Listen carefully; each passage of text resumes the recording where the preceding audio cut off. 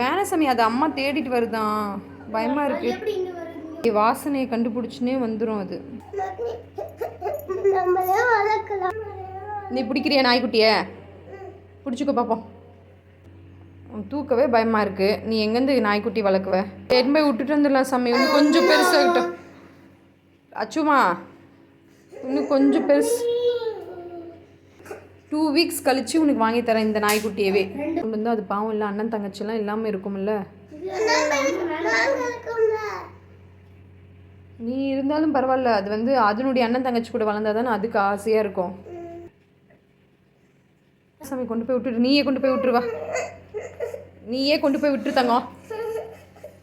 என்னை பார்த்துக்கிறதுக்கே ஒரு ஆள் வேணும். அதை யார் சாமி பார்த்துக்குவா?